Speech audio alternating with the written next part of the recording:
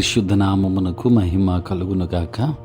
క్రీస్తునందు ప్రియ దేవుని బిడ్డలారా, ప్రభు అయిన యేసు క్రీస్తు పరిశుద్ధ నామములో మీ అందరికీ ఈ ఉదయకాల శుభములు తెలియచేయచ్చు ఉన్నాను. ఈ దినమంతయు మీకు మీ కుటుంబానికి దీవెనకరముగాను ఆశీర్వాదకరముగాను దేవుడు అనుగ్రహించాలని మీ కొరకై ప్రార్థిస్తూ ఉన్నాను. నేటి దినము కొరకు ఏర్పాటు చేయబడిన దేవుని వాక్యము మత్తయి సువార్త 9వ అధ్యాయం 9వ వచనం.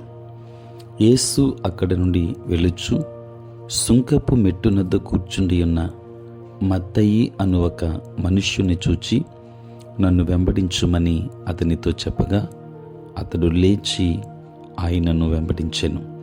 ప్రియులారా, నేటి దినము కొరకు ఏర్పాటు చేయబడిన ధ్యానాంశము కృప యొక్క బలం. ప్రియులారా, మొదట మనం యేసు వద్దకు వచ్చినప్పుడు ఆయన్ని వెంబడించడం వలన కలిగే ప్రతీదీ తెలుసుకోవడం అసాధ్యం. సిలువను చూసిన ప్రతిసారి మన పట్లున్న ఉపేక్షించలేని ఆయన ప్రేమ పట్టింపు పూర్తిగా స్పష్టము గనుక ఆయనకు ఒక సంపూర్ణ తీర్మానం చేయడానికి భయపడే కారణం లేదు. ఆయన వెంబడించడానికి మన ప్రతీదీ వదిలిపెట్టగలం. ఒకసారి ఆ నిర్ణయాన్ని తీసుకోగానే అప్పుడు ఆయన మన ద్వారా జీవించడం ఆరంభిస్తాడు. అప్పుడు మన స్వంతం కాని బలాన్ని కొనుక్కుంటాం. అది మనం ఎదుర్కొనే ప్రతి శోధనకు సరిపోతుంది.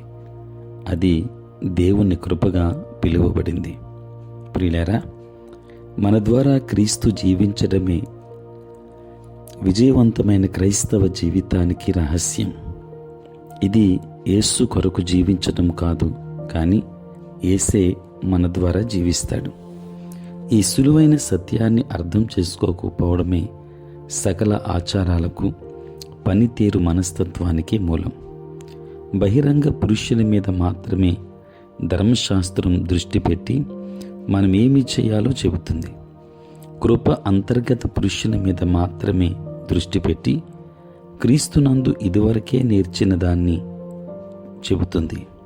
ఏమి చేయాలని దానిపై దృష్టిని ఉంచినప్పుడు మనలను మనం ధర్మశాస్త్రము క్రింద ఉంచుకుంటున్నాము. కానీ క్రీస్తు చేసిన దాని మీద దృష్టిని కేంద్రీకరించినప్పుడు ఆయన కృప యొక్క అద్భుత బలంతో నడుస్తాము. దేవుని బిడ్డలారా, క్రైస్తవ జీవితాన్ని జీవించడం కష్టం మాత్రమే కాదు, నీ మానవ బలంతో జీవించడం అసాధ్యం. యేసు వలె ఉండి ఆయన క్రియలను చేయడానికి ఏకైక విధానం నీ ద్వారా జీవించేలా యేసును అనుమతించడమే. వేరు జీవం నేలలో ఉన్నట్లే, కొమ్మ జీవం ద్రాక్షవల్లిలో ఉన్నట్లే, చేప జీవం సముద్రంలో ఉన్నట్లే ఈరోజు నిజమైన నీ జీవం యేసుతో ఏకమవ్వడంలో మాత్రమే దొరుకుతుంది. కనుక యేసులో నిలుద్దాం, యేసుతో ఉందాం, యేసయ్యనే ఆరాధిందాం, దైవాశీర్వాదాలు పొందుకుందాం. దేవుడు మిమ్మును మీ కుటుంబాన్ని దీవించునుగాక. ఆమేన్. ప్రార్థన. పరిశుద్ధుడైన తండ్రి, ప్రేమ కలిగిన ప్రభువా, మీ పరిశుద్ధ నామమునకే వందనాలు, స్తుతులు, స్తోత్రాలు చెల్లిస్తున్నాం నాయన. రాత్రంతయు కాపాడి సంరక్షించి సుఖనిద్రను దయచేసి మా జీవితంలో మరి ఒక నూతన దినాన్ని మీరు మాకు అనుగ్రహించినందుకే స్తోత్రాలు. ఈ దినమంతా కూడా మీ సన్నిధి మాతో ఉంచండి. మీ ప్రసన్నత మాకు దయచేయండి. నేటి మా పనులలో, ప్రయాణములలో తోడై ఉండండి. ఉద్యోగస్తులు, వ్యాపారస్తులు, కష్టపడి పని చేసుకుంటున్న బిడ్డలందరినీ దీవించండి నాయన. మీకే వందనాలు, స్తోత్రాలు చెల్లిస్తూ ఉన్నాను తండ్రి. పుట్టినరోజు, పెళ్లి రోజు జరుపుకొనిచిన బిడ్డలను దీవించి నూతన ఆశీర్వాదాలు దయచేయండి. ఎగ్జామ్స్ కొరకు సిద్ధపడుతున్న వారు ఉన్నారు. నేటి దినాన ఎగ్జామ్ రాయడానికి సిద్ధపడుతున్న బిడ్డలు ఉన్నారు. వారికి మీరు తోడుగా ఉండండి.